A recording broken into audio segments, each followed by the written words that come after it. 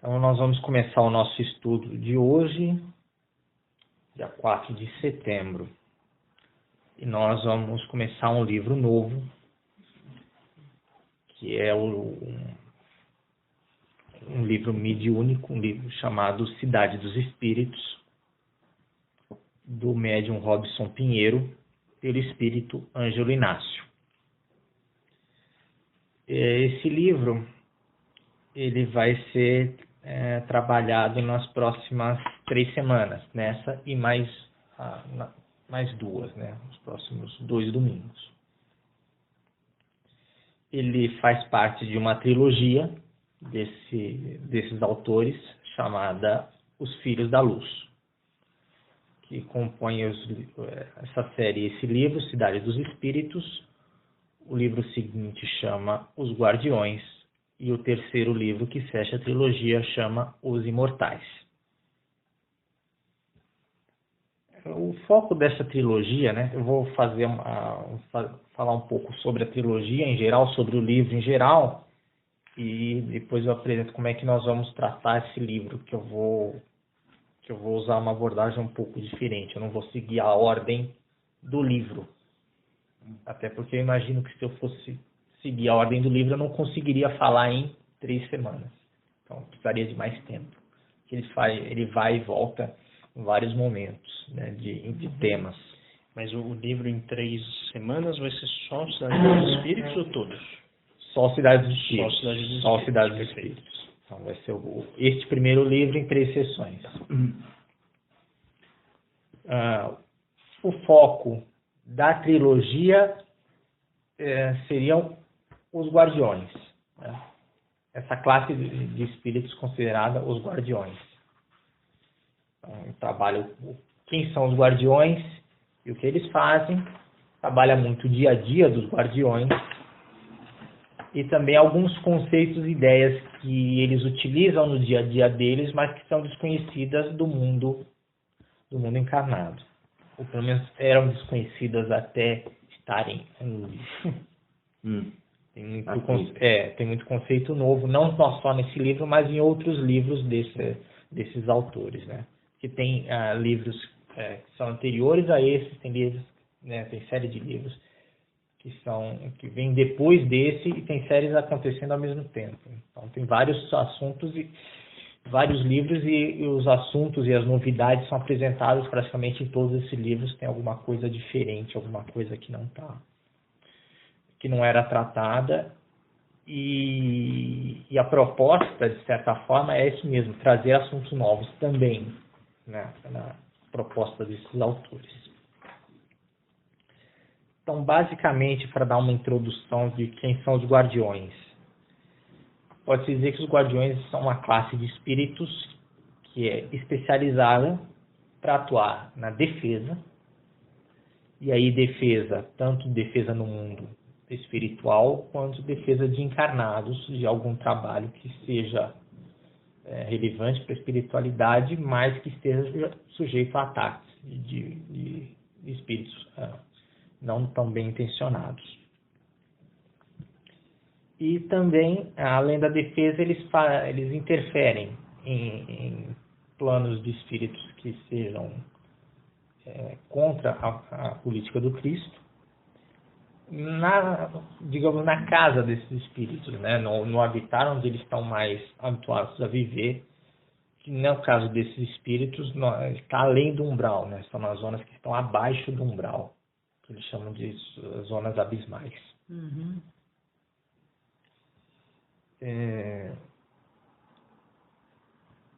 Uma questão que eu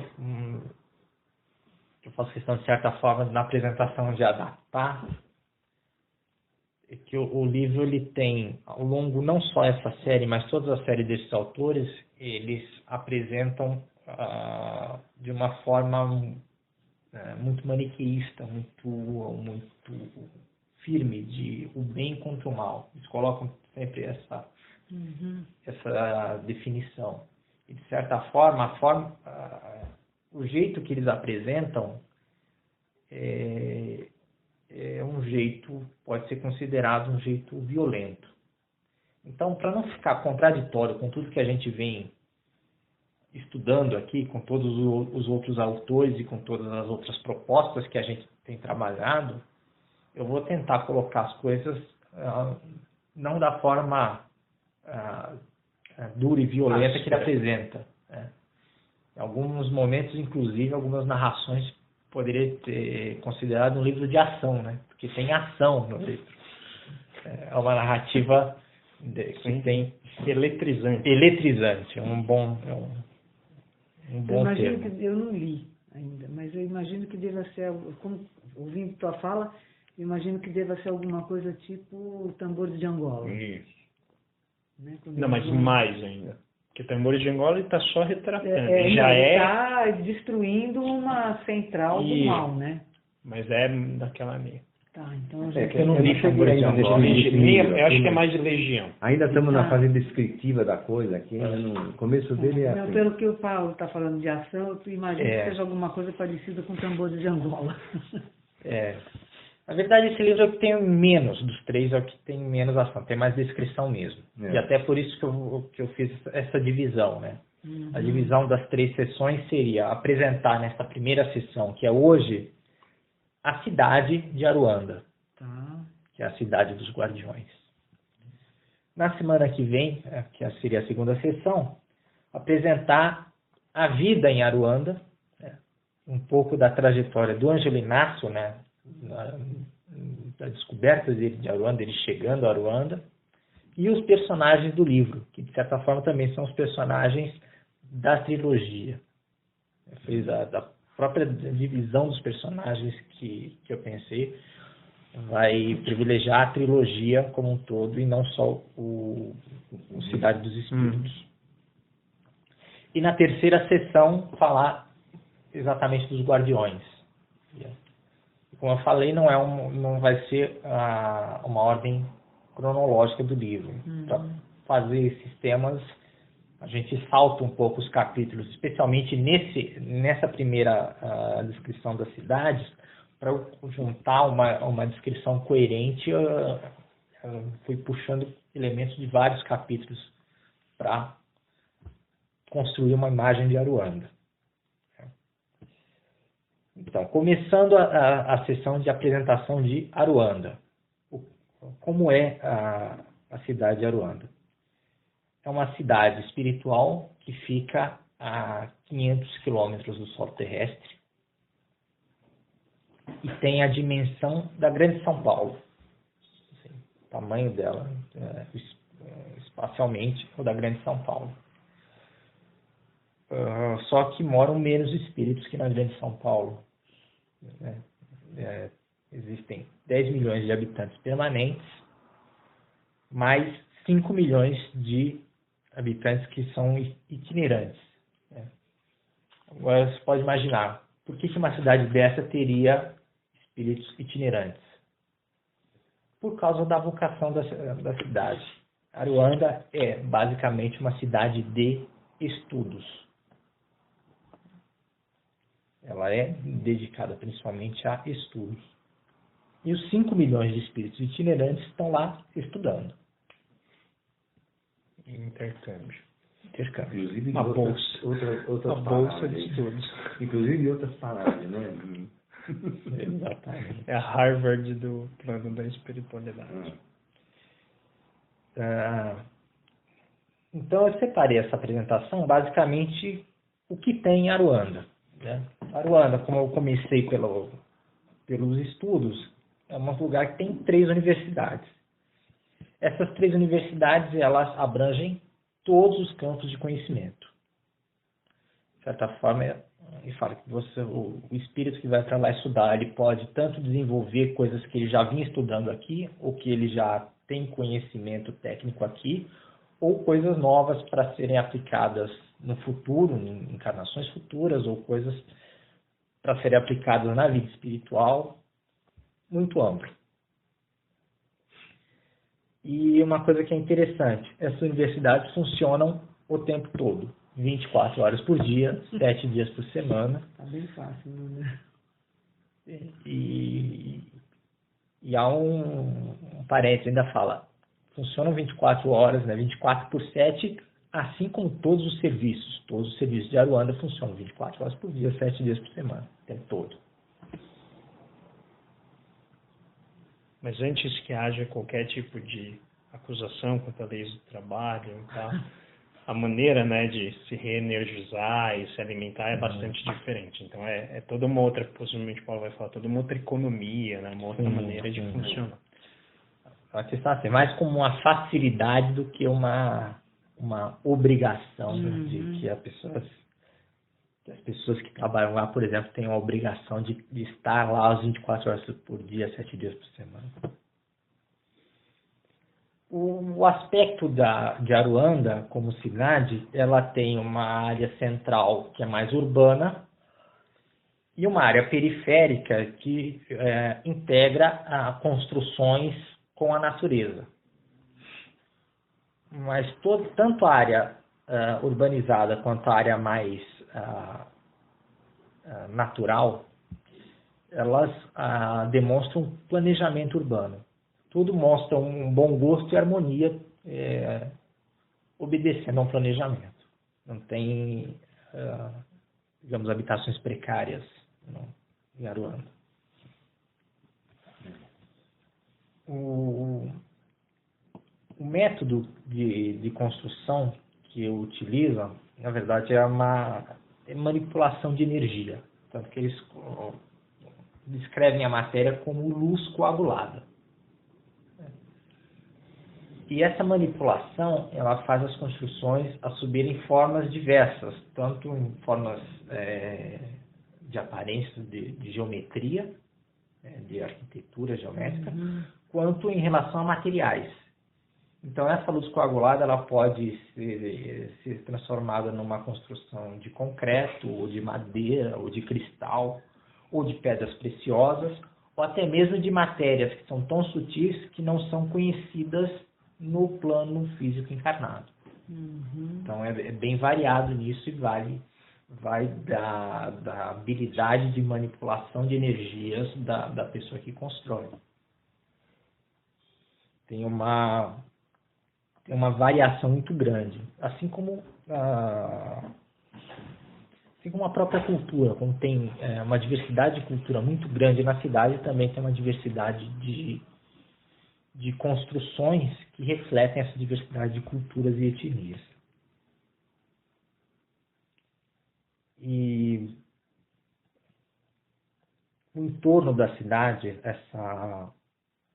essa periferia, digamos assim, entre aspas, periferia, às vezes falar periferia dá um aspecto ruim aqui, principalmente aqui no Brasil. Aqui periferia Esse entorno da cidade, ele tem áreas de campos, tem áreas de florestas, tem áreas de montanhas, também bem variado, tem uma natureza variada. A descrição que o Ângelo Inácio faz no livro é de uma natureza exuberante. E aí, a impressão que me dá quando eu leio é que no momento que ele desencarna, os sentidos dele estão mais vivos, estão mais aguçados. Então tudo ele descreve, tudo que é sensorial, ele descreve de uma forma mais rica, mais intensa em Aruanda. Então ele descreve a natureza como um lugar muito exuberante, de cores muito mais vívidas, de aromas muito mais intensos. Ele descreve animais que praticamente todas as espécies que ele conheceu na Terra, né, e mais algumas outras que ele nunca viu em lugar nenhum. Ele fala, né? Já matou tudo aqui, agora ele vive só lá, né? E ele descreve até, olha, aqui as plantas, as flores, as pedras e até o solo interage com a emoção dos espíritos que habitam Aruanda. Ele também descreve a presença muito intensa de espíritos elementais. Os elementais. É ele, né, o autor de Tambores de Angola. Não, acho que Tambores de Angola é de um Eu tenho a impressão que é de um Esse espírito aí do que tá grupo no livro. Psique, que está no livro, mas não é ele. Teria Eu que tenho o livro aí. confirmar. Eu tenho o Tá até mais livro. tudo bem. Sim, Vou até só confirmar uma agora, dúvida até pra dar- lateral, assim. Senão eu vou ter que botar uma nota no blog. É dele. O Ângelo Inácio. É porque a trilogia que começa com Legião, aí acho que é de outro espírito, né? Não, é dele, É também. dele também. Acho que o de Tambores de Angola, acho que é a primeira trilogia dessa parceria. Tá. Não é na ordem cronológica, porque na ordem cronológica é esse. aí. Assim, na ordem cronológica do espírito chegando Sim. em Aruanda, né, o espírito desencarnando. Mas a ordem de publicação, o Tambores de Angola vem antes. Inclusive, acho que antes do Legião. Eu tô com... Tá tranquilo, dos dois. né? Me identifico totalmente. Nossa. O que mais tem em Aruanda? Aruanda tem hotéis. Pretos velhos. Bastante. Nossa, é isso aí. O Aruanda tem hotéis que são destinados aos recém-chegados do plano encarnado e também aos visitantes. Né? Esses 5 milhões de estudantes que circulam lá por Aruanda ficam nos hotéis da cidade. E quando ele fala dos hotéis, ele faz uma descrição que eu vou retomar melhor na próxima semana, mas ele fala das refeições do hotel. Ele fala, não, as refeições daqui também têm um paladar acentuado, muito mais rico. Ele fala muita coisa. Ele descreve o hotel que ele chega, ele fica hospedado, como um lugar que tem 10 refeitórios, mais 5 mini refeitórios. É um lugar muito grande. Mas não fique muito animado, não, porque daqui a pouco vem a maneira como a gente absorve a comida. Na verdade, essa parte eu vou também deixar para semana que vem. Tá. Parte da vida é semana que vem. Eu já só vou descrever a cidade. Tá bom. O Aruanda conta com 1.200 museus que estão espalhados em toda a área da cidade. E eles servem para exposições dos artistas da cidade e também de artistas de outros cantos, né? Chegam a mencionar de passagem que tem uma colônia de artistas na vida espiritual. E esses artistas também podem expor em Aruanda, nos museus de Aruanda. 128 teatros ou casas de espetáculo, que também apresentam a diversidade cultural refletem a diversidade cultural da metrópole e das diferentes etnias nos espetáculos apresentados. Ele fala da existência de parques industriais. E os parques industriais são interessantes, porque exatamente o que seria a indústria em Aruanda? Na verdade, são locais onde se manipulam os fluidos da natureza para confeccionar objetos. Então, a produção é feita a partir de energia, toda manipulação de energia. Essa é a base de Aruanda. Aruanda tem lojas de roupas. Você fala, nem todos os espíritos têm a capacidade mental de produzir sua própria roupa. Então, você tem lojas de roupas.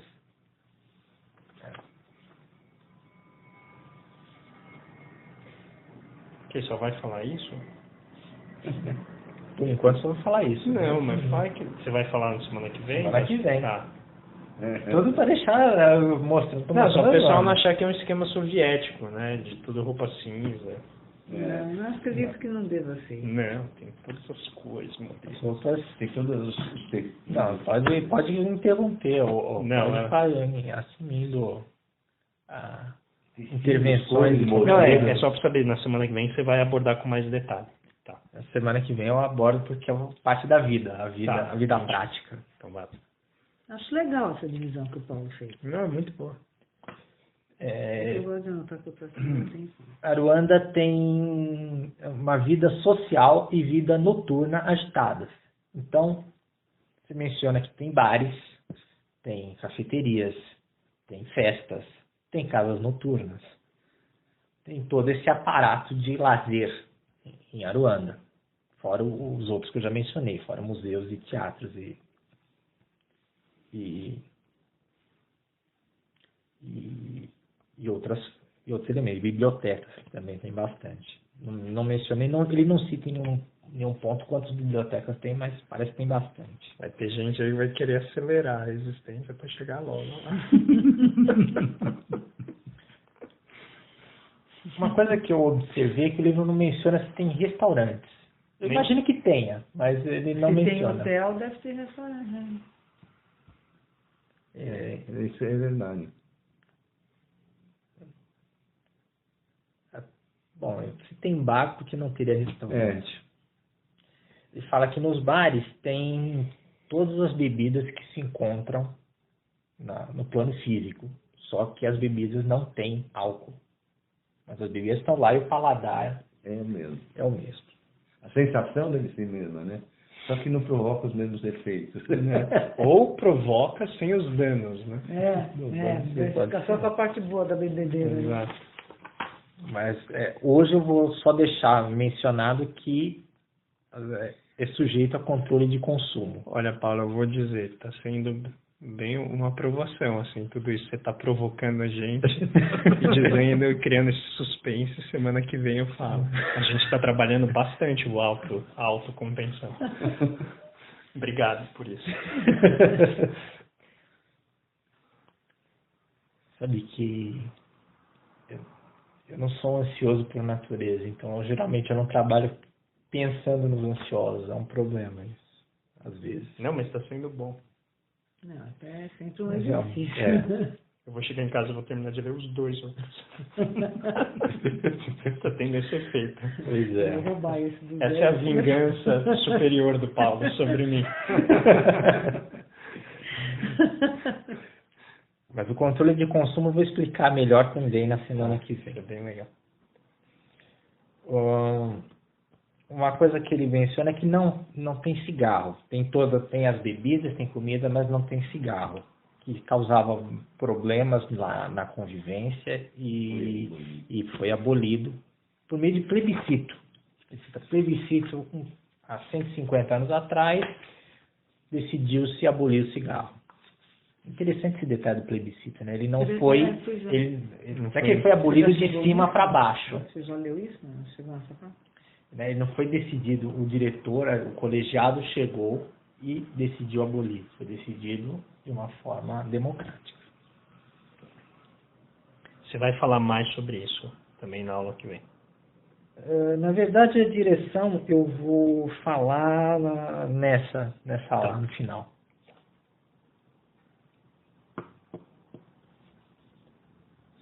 Parte nessa, parte na... É porque isso tem a ver também com a própria dinâmica da esfera, porque você fica pensando, tudo bem, isso foi plebiscito, mas não foi 100% de aprovação, e as pessoas que não concordaram. Uhum. Então tem a ver também com quem fica, quem sai, como que isso é decidido. Sim.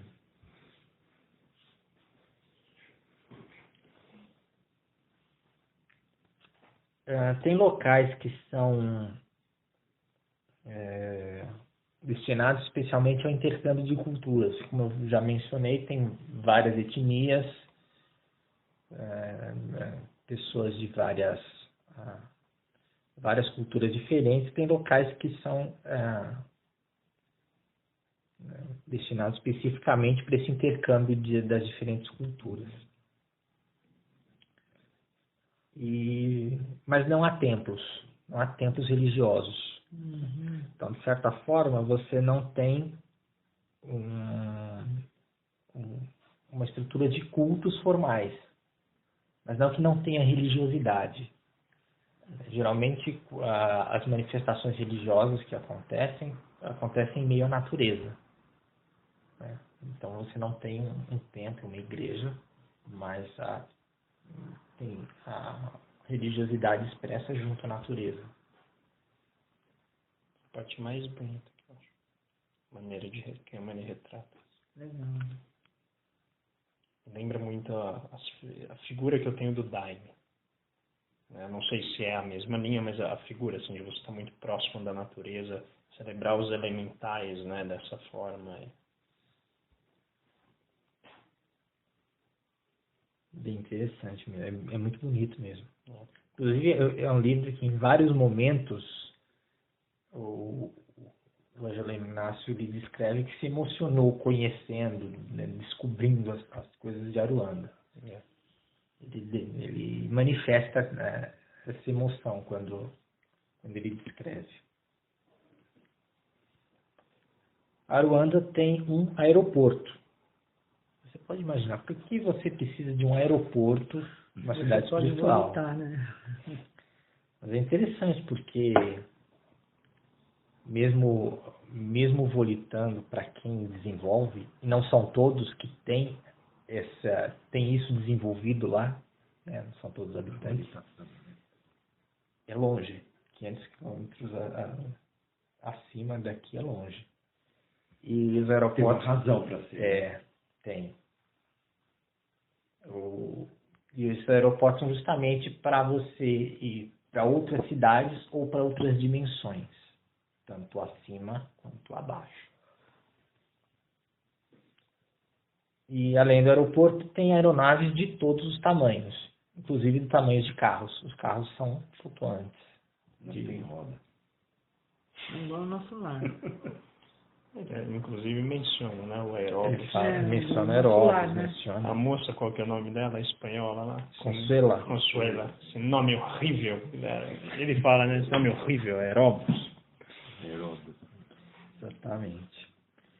E, inclusive, tem uma malha densa, falando em aeróbus, uma malha densa de transporte público, do qual o aeróbus faz parte. Eu até descrevo o aeróbus de uma forma interessante, porque ele aparece nas estações, mas ele submerge, ele anda por baixo da terra. Então, como um metrô. E ele fala que, imagina, a cidade do tamanho da Grande São Paulo. Ele fala que não tem 400 metros que você ande sem encontrar uma estação. Imagina o quão denso é essa rede.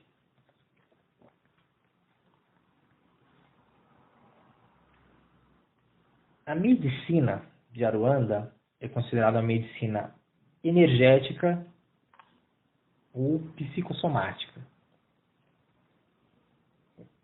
onde para você diagnosticar os pacientes, você faz avaliação dos campos de força, das correntes de energia e do estado emocional dos pacientes. E os tratamentos que são feitos a partir do diagnóstico são feitos todos por magnetização. Não há cirurgias invasivas e não há injeções. E aí ele fala, aqui, nesse ponto, nós temos diferença de outras cidades espirituais, que têm cirurgias, que têm medicamentos diretos, tem métodos invasivos, né, técnicas invasivas de cura. E aí ele fala, tem outras cidades espirituais, mas tem uma razão também, né? Não tem técnicas invasivas aqui em Aruanda, porque os espíritos que têm desajuste maior, eles não são tratados aqui. Aruanda não é um posto de socorro. Se fosse um posto de socorro com um espírito mais necessitado, né, mais desequilibrado, ele certamente precisaria de uma técnica mais invasiva. E eu acho que um exemplo dessa forma de tratamento é o próprio Hospital de Esperança. Né?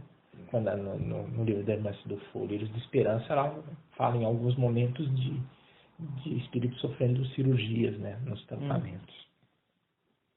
Então não tem também aqueles tratamentos que tem no nosso lar. Não. Ela é uma característica diferente. Outro nível do espírito que vai para lá. É outra característica, né? Exato. Nosso lar tem praticamente toda uma ala que é de socorro. Regeneração. Né? De regeneração. Tudo. Ali não, ali é realmente de desenvolvimento, é de estudo.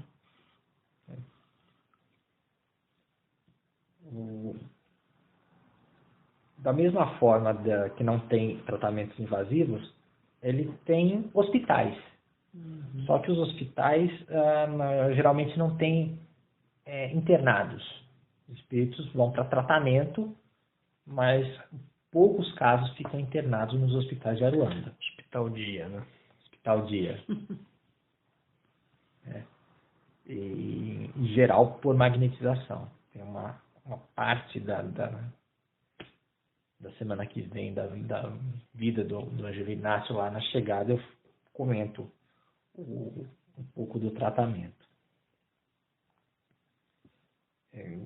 Como se pode imaginar, de tudo que eu falei, tem muita tecnologia. É um lugar de muita tecnologia aplicada em todos os aspectos. Assim. O Ângelo Inácio acaba não descrevendo tanto a tecnologia, porque eu tenho a impressão que se ele fosse descrever, ia dar um livro de 2.000 páginas. Assim. Ele menciona uma coisa que eu achei sensacional, que eu coloquei aqui também, que nos ambientes públicos, geralmente tem um dispositivo que isola a conversa das pessoas do ambiente. Assim. Tanto para diminuir o barulho de fora para dentro, mas também para preservar a privacidade da conversa. E ele diz que todos os ambientes públicos de Aruanda tem isso. Mesmo nos fechados, mesmo nos bares. É bom para ficar lá na escola de samba, né? Seria ótimo. Isola a bateria. Seria ótimo. Olha onde ele foi buscar o exemplo, tá vendo? Você sai rouco, a pessoa não te ouve, né? Você sai rouco, a pessoa não te ouve. Não, né? com certeza. O Paulo veio de Aruanda. Tem que ver ele em lugares barulhentos. Fala igual, assim. Escutou, não escutou. Que é difícil, mas né? é uma... Não, sabe aqui, tem noção. É difícil. Isso é formação de estádio de futebol, sabe? Você vai no estádio, você sai rouco. Depois da terceira vez saindo rouco, fala, eu vou falar igual. Fala depois. Fala igual, fala depois, fala igual. Fala por gesto, sabe? Muito bom. Então, a direção de Aruanda, ela é feita por um colegiado. Esse colegiado, ele possui representantes das mais diferentes culturas e etnias. De forma que as decisões elas não são autocráticas, elas são todas negociadas. Uhum. E essa negociação também muitas vezes envolve a população, como no caso dos plebiscitos. Então, ela tem uma forma de administração que é mais participativa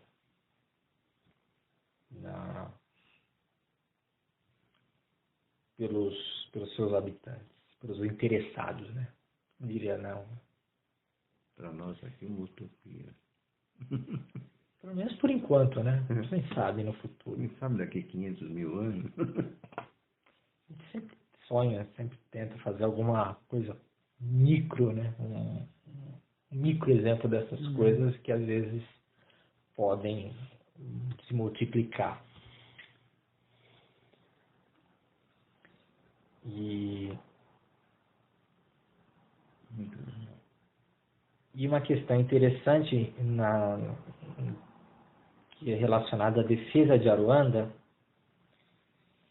ela tem uma certa magnetização que torna a cidade invisível para muitas classes de espíritos. E dependendo da situação, da necessidade, seja para defesa ou seja mesmo para auxílio em questões da vida física na Terra, a vida encarnada, a cidade pode se deslocar nos pontos do planeta. Então, de repente, ela está aqui no Brasil, aí tem um conflito no Oriente Médio, eles precisam atuar, mas no Oriente Médio eles podem se deslocar para a região, sobre a região. E para terminar essa introdução, né, de Aruanda, falar um pouco da energia, né, de como eles captam energia. Eles captam da atmosfera, tanto da atmosfera acima quanto da atmosfera abaixo de Aruanda. Porque eles têm uma espécie de torre de energia que sobe 300 metros acima para captar a energia do cosmos e desce 200 metros abaixo para captar a energia da Terra. Então, essa energia que é... Duas antenas. Né? Praticamente uma cidade espetada, né? Num espeto, assim. E essas energias são armazenadas e que fazem toda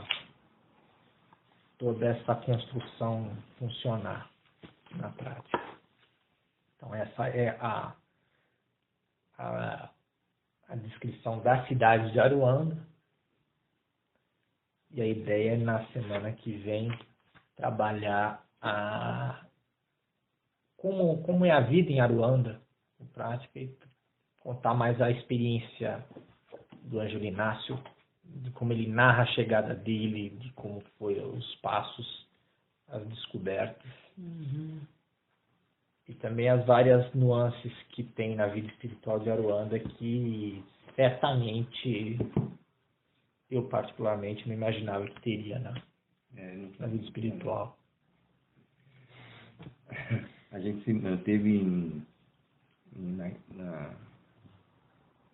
no nosso lar, né? Mas tem muito mais coisa, deve ter muito mais coisa além dessa.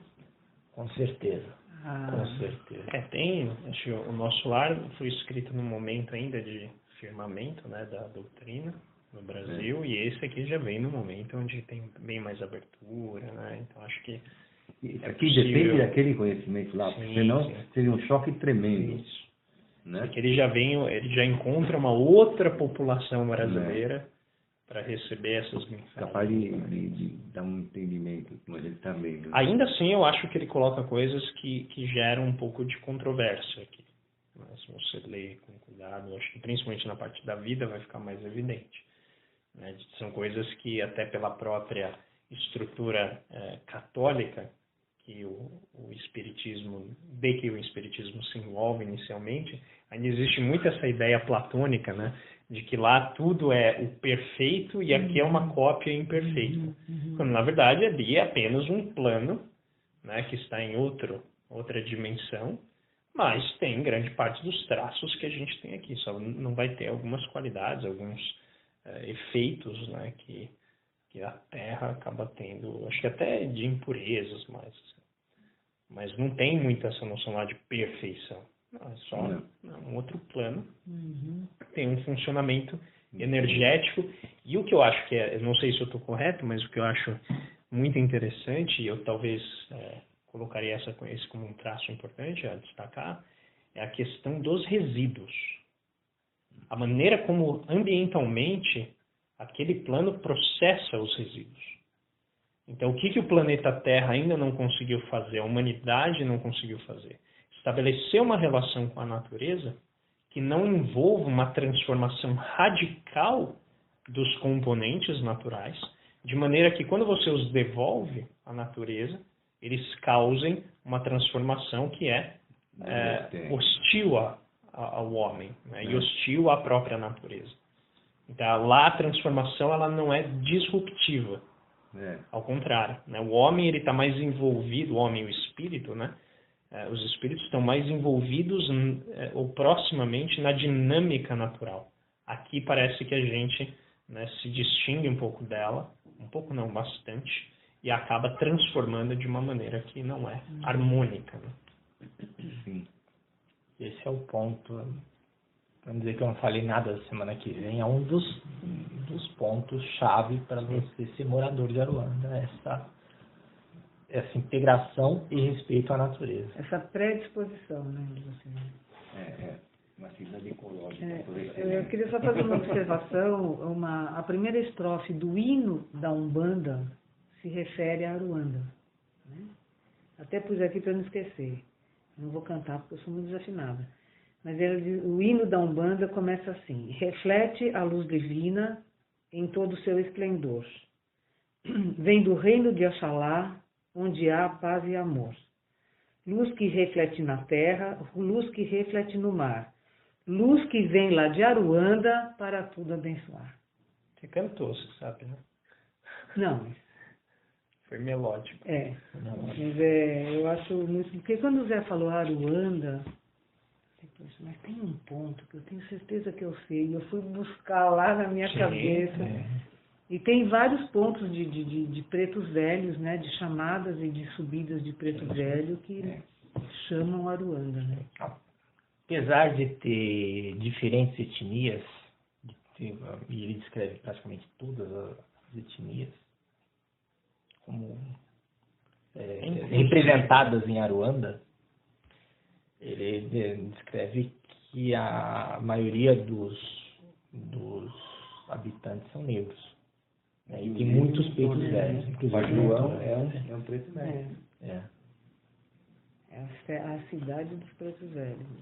E eu, mais pra frente, porque eu acho que isso vai ser bastante provocante, dada a nossa estrutura de preconceito, né, principalmente preconceito de cor no Brasil e no mundo, mais pra frente eu vou preparar uma apresentação que fala sobre a estrutura social dos povos africanos pré-colonização europeia. Porque existe uma noção muito deturpada de que os povos africanos, eles eram desorganizados. Eram povos, né, semi-animalescos, muito próximos, né, de uma vida muito simplória, sem tecnologia, sem estrutura política. E existem evidências fortes históricas. Quem conhece, eu não conheço nada de África, mas o pouco que eu li mostra exatamente o contrário. Exatamente. Né? Porque é muito interessante você ver e falar assim, nossa, mas a população é negra, né? E você leva então já o preconceito e fala, eles são tão organizados, eles têm toda essa tecnologia, que isso é o preconceito aqui da Terra, né? Sendo canalizado e transplantado para um plano espiritual superior. Superior não, desculpa. Um plano espiritual. E aí eu vou nessa mais para frente, faço uma apresentação bem simples que mostra algumas evidências de como era, né, a África pré-colonização europeia. Eu entendi melhor. Inclusive, eu ficava impressionado, assim, são dados bem fortes. Inclusive o respeito que essas tribos têm pela natureza e pelos seres da natureza é uma coisa super bem estruturada e que realmente nós brancos não conhecemos.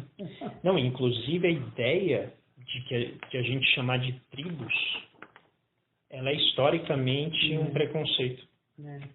Porque na verdade eram reinos, impérios. E isso é a própria historiografia europeia que depois chega e fala assim, olha, eles eram tão desorganizados, eles tinham tribos, que se associava à própria ideia do índio, né? Que eram organizações pequenas, de baixo de alcance estreito. A gente vai ver que não, eram bem sofisticadas. Então só esse ponto que eu achei interessante fazer, que alguém pode ficar tocado, né, depois de ver tudo aquilo e falar assim, nossa, mas a maior população é negra. E isso não deve causar nenhum espanto, mas eu tenho certeza que causará, né, dada a nossa estrutura de preconceito de cor ainda existente no planeta. Boa observação. Isso. Muito bem. Então, terminada a nossa parte, vamos fazer a prece, né? Deixa eu apagar aqui. Aqui, ó.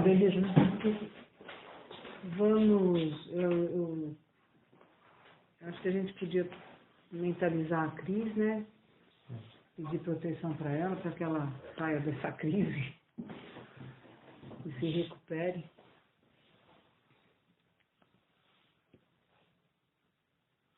A prece.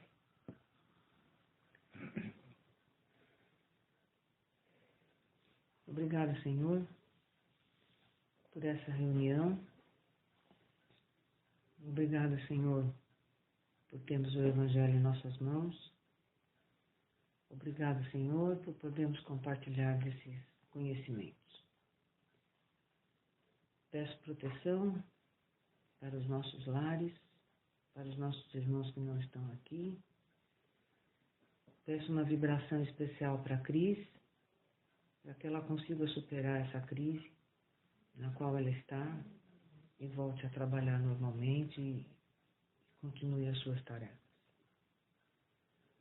Que a sua mão de luz, Senhor, possa estar presente em todos os nossos lares, nos encaminhando nos orientando e nos conduzindo para mais uma semana de trabalho, que ela seja frutífera e bem-sucedida. Que nós possamos ser merecedores desse conhecimento. E vamos encerrar com o Pai Nosso. Pai nosso que estais nos céus, santificado seja o vosso nome. Venha a nós o vosso reino, seja feita a vossa vontade, assim na terra como no céu.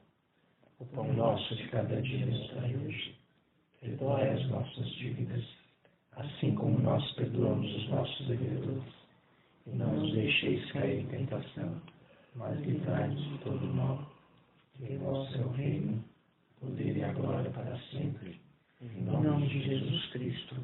Amém.